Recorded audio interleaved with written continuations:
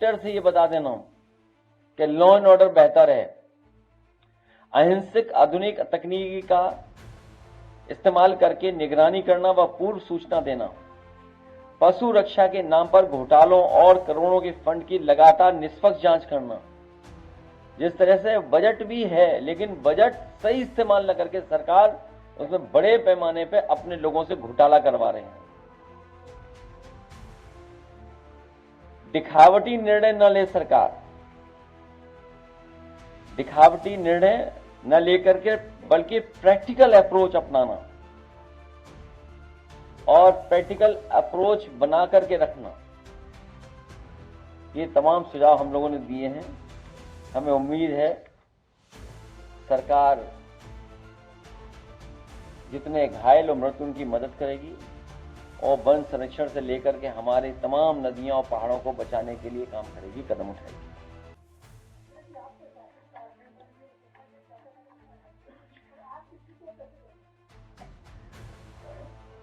उस समय के भी आंकड़े हैं, लेकिन इतनी जान नहीं जाती थी। वन विभाग काम कर रहा था, इस समय सरकार का वन विभाग लूट रहा है, उनके अधिकारी मिलकर के लूट रहे हैं, गोरख धंधा चल रहा है। पेड़ काटने से लेकर के सभी बजट का गोरख धंधा चल रहा है, और जो अच्छे काम भी हो रहे थे वो बंद कर दिए जा रहे हैं।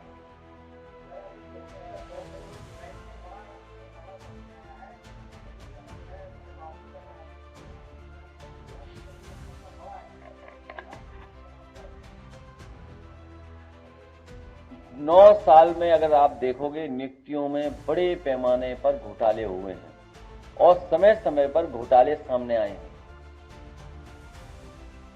सरकार खुद शामिल है घोटालों में। वाइस चांसलर का अपॉइंटमेंट हो, वाइस चांसलर के माध्यम से अपॉइंटमेंट हो, एक लंबी सूची है जहां बड़े पैमाने पर भेदभाव पीडीए परिवार के सामने हो रहा है, पीडीए लोगों के सामने हो रहा है। तुम इधर उधर की बातें क्यों कर रहे हो? आज मुद्दा वो है।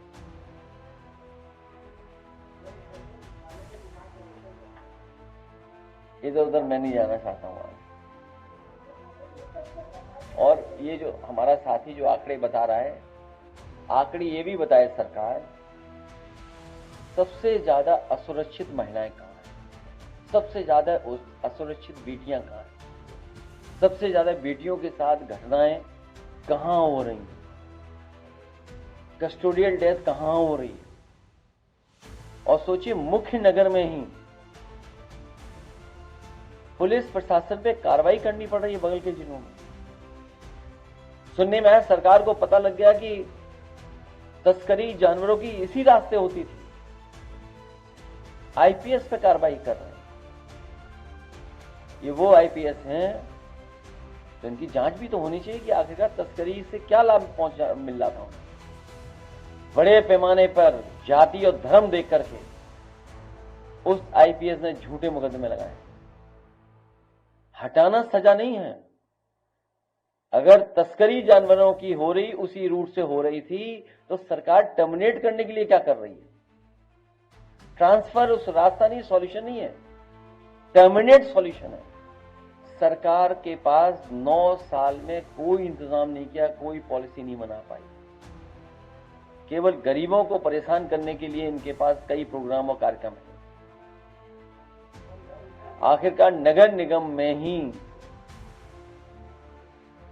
अब मुझे नहीं पता, हाँ वो नगर निगम में आ गया वो हिस्सा भी, इन्हीं की सरकार में नगर विकास मंत्री जी जो थे, और इन्हीं की सरकार में फैसला लिया गया कि 3-4 हजार भैंसें जो शहर की हैं वो इस इलाके में पहुंच जाएंगी। अब वो हिस्सा नगर निगम का है। तो क्या प्लानिंग थी आपकी? आपने क्या दिया जानवरों को लिए? आपने इंतजाम क्या किया नगर निगम? क्या कोई पॉलिसी है आपके पास? क्या सुविधा दे रहे हो उनको, गरीबों को? इसीलिए कहने के लिए बैठे हैं कि सब बेकार कर दिया सरकार ने। सरकार हटे तो सब सुरक्षित हो, सरकार हटे तो पर्यावरण से संबंधित हमारा टूरिज्म भी बढ़े।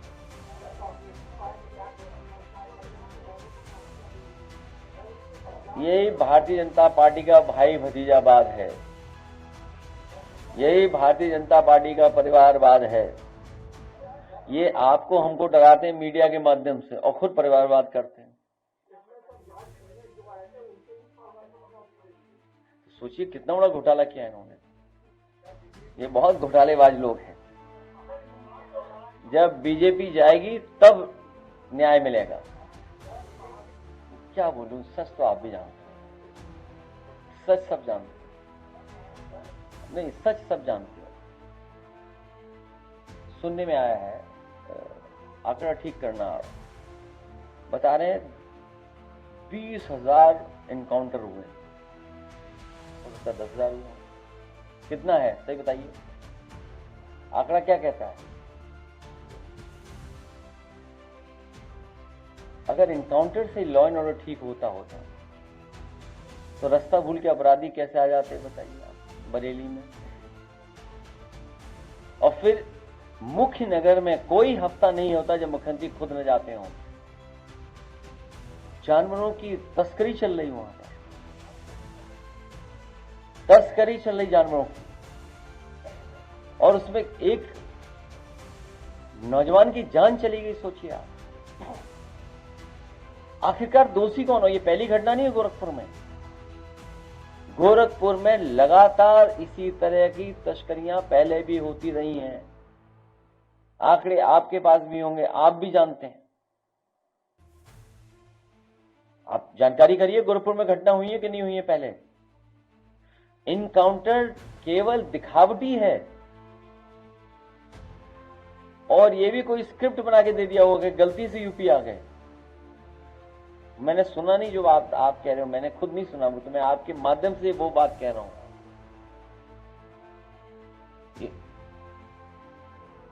अगर माफी मांगे तो इनकी पुलिस क्या कर रही थी, इनके वरिष्ठ अधिकारी क्या कर रहे थे? आखिरकार क्या कर रहे थे अधिकारी? कि अपराधी यहां घूम रहे उत्तर प्रदेश में। सवाल इनकाउंटर का नहीं, वो अपराधी आ कैसे गए उत्तर प्रदेश में, वो घूम कैसे रहे, और उन्हें घर कैसे पता लग गया? इसका रेकी की होगी उन्होंने।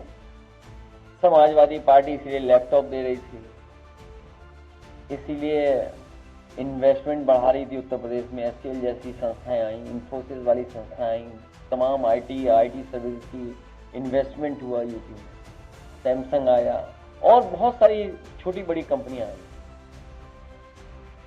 ये पहली घटना नहीं जहां अमेरिका इस तरह से व्यवहार भारत के साथ कर रहा है। ये हमारी वीक ही है फॉरेन पॉलिसी। हम क्यों कमजोर दिखाई दे रहे हैं? आखिरकार हमारी तैयारी क्या है? कल को और देश ऐसा करेंगे तब आपकी तैयारी क्या है?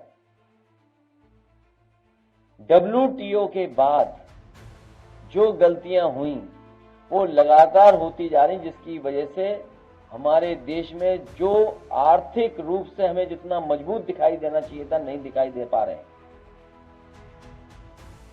हम दूसरे देशों पर निर्भर होते चले जा रहे हैं। हम दूसरे देशों पर हर चीज के लिए निर्भर हैं। हम खाद के लिए दूसरे देशों पर निर्भर हैं। हम तेल के लिए दूसरे देशों पर निर्भर हैं। रिफाइंड तेल दूसरे देश से आ रहा है। एक लंबी सूची है। सोचिए, जिस देश से हमारी जमीन को लेकर के कई बार झगड़े हुए हैं, छीनी हमारी जमीन, उस देश के साथ हम लगातार व्यापार बढ़ा रहे हैं। तो खड़े क्यों गोमती में स्विमिंग करें? गोमती में तो पानी है ना, और सरकार को सबसे पहले स्विमिंग करनी चाहिए, उनके लोगों को आकर के स्विमिंग करनी चाहिए।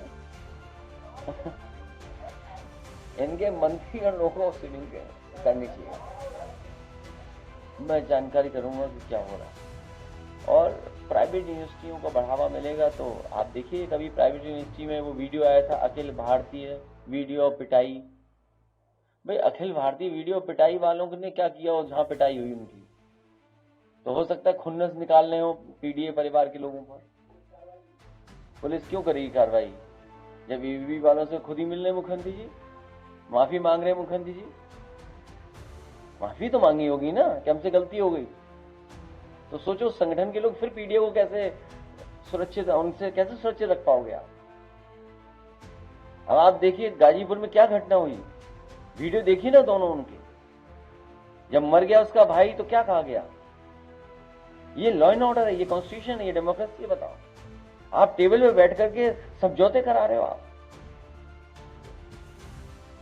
उस सफेद टेबल पे सफेद झूठ बोला जा रहा है। और सच्चाई है 10 लाख में नहीं समझौता, ज्यादा लाख में समझौता हुआ होगा। जो व्यक्ति 10 लाख दुख में वापिस कर रहा हो, उसने दुख अपने भाई के मरने का जो वीडियो दिखाया, हम उसको सच माने कि बात का सच माने? आखिरकार जान गई, सजा किसको मिल रही है? क्योंकि पुलिस से इन्हें गलत काम कराना है, पुलिस से गलत काम करना है, इसलिए पुलिस को बचाना है। न्याय नहीं मिलेगा उस परिवार को। तुमने हमारे यहाँ का एक एमपी का नहीं सुना स्टेटमेंट? पूर्व में रहे एमपी, सुना होगा स्टेटमेंट? कह रहे कि सबसे पहले घर जलाए जाएंगे हमारे और कांग्रेस पार्टी के नेता के। अरे रुक जाओ ना एक मिनट। एक बार मैंने कह दिया कि पान खा करके प्रेस मत किया करो, वो दिन है आज का दिन है। एक बात तो मान ली उन्होंने, क्या पान खा करके मुंह भर करके प्रेस के सामने नहीं आती। आप पुरानी प्रेस उठा लो, उनकी पूरा भरा हुआ होता था मुंह तंबाकू से।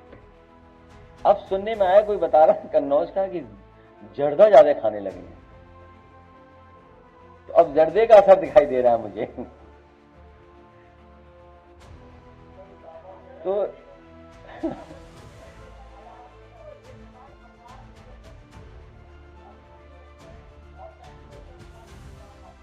देर से आए तुम, पिछली बार सवाल पूछा जा चुका था। देखिए सुनिए, देखिए मैं किसी भी उद्योगपति के पक्ष में नहीं, पेड़ नहीं कटने चाहिए, लेकिन बिना प्रॉस्पेरिटी के, बिना इन्वेस्टमेंट के आप नौकरी रोजगार देश में कैसे दें? इसलिए ये सरकार की जिम्मेदारी बनती है सस्टेनेबल डेवलपमेंट, और ऐसा विकास करें जिससे विनाश ना हो। हमें उद्योग कारोबार लगाने ही पड़ेंगे, इन्वेस्टमेंट लाना ही पड़ेगा। और बिना इन्वेस्टमेंट के आप बताओ, जिनसे आप पेड़ कटवा रहे हो, जिनसे आप जमीन बचा रहे हो, उन्हीं को लेकर के आप रेड कारपेट बिछा रहे हो। याद कीजिए आप कितने का एमओयू हुए थे उत्तर प्रदेश में। एमओयू हुए, 2 बार इन्वेस्टमेंट मीट हुई, डिफेंस एक्सपो हुआ है। आप डिफेंस को पूरा खोल दिया प्राइवेट के लिए, आपने डिफेंस में पूरा प्राइवेट इन्वेस्टमेंट आएगा। तो अब रास्ता क्या है? हम तो चाहेंगे, रिलायंस का इलाका हमारा बहुत खाली पड़ा हुआ है, चंबल यमुना के बीच में हजारों एकड़ जमीन खाली है, वहां पर कारखाने लगने चाहिए, पेड़ नहीं करने चाहिए। और रिलायंस की जमीन खूब खाली पड़ी हुई है।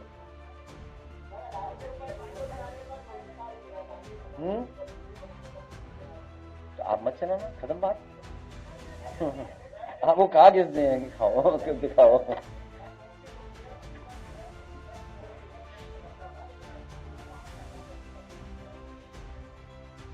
अब इसका क्या हम कर सकते हैं?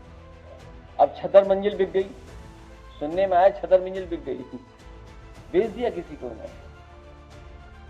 छतर मंजिल ही बेच दी इन्होंने किसी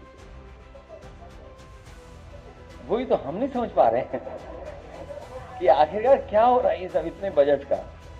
कि मैंने अखबार में पढ़ा कि सौरिक से लेकर के संभल तक एक एक्सप्रेसवे बनने जा रहा है। बताओ, चली चला की बेला में अरे चली चला बेला में हमें धोखा देने के लिए, बताइए, हमारे क्षेत्र में बनाएंगे एक्सप्रेसवे। तुम कैसी बात कर रहे हो यार? सोचिए आप। अच्छा, आपको क्या लगता है ये सच है? कहा कि कन्नौज में हमें चुप कराने के लिए लगता है कि भाई अगर इनके क्षेत्र में विकास कर दोगे तो वो सवाल नहीं पूछेंगे। अरे रुक जाओ भैया, अभी आप देखिए, सौरिक से संभल तक के लिए एक्सप्रेसवे बन रहा है, झूठ का एक्सप्रेसवे। इनकी सरकार में झूठ के एक्सप्रेसवे, झूठ के सड़क बन रही, झूठ का ही गड्ढे मुक्ति हो रही है। भाजपा हटाओ तब सड़क बनेगी।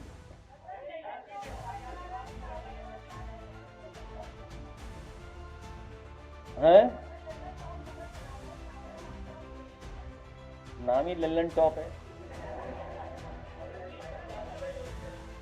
आपने फिल्म नहीं देखी? कोई लेटेस्ट फिल्म नहीं देखी कोई? आप लोग जाइए फिल्म देखो, कम से कम मुनाफा तो हो, नहीं तो घाटे में चली जाएगी फिल्म।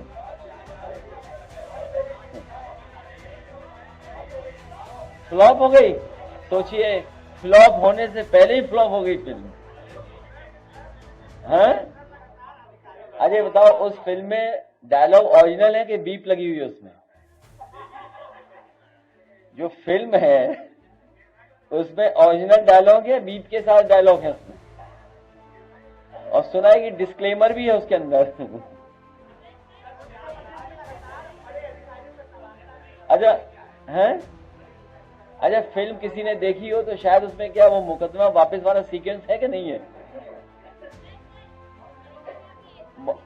क्यों, उसमें है कि नहीं है मुकदमा वापस वाला सीक्वेंस?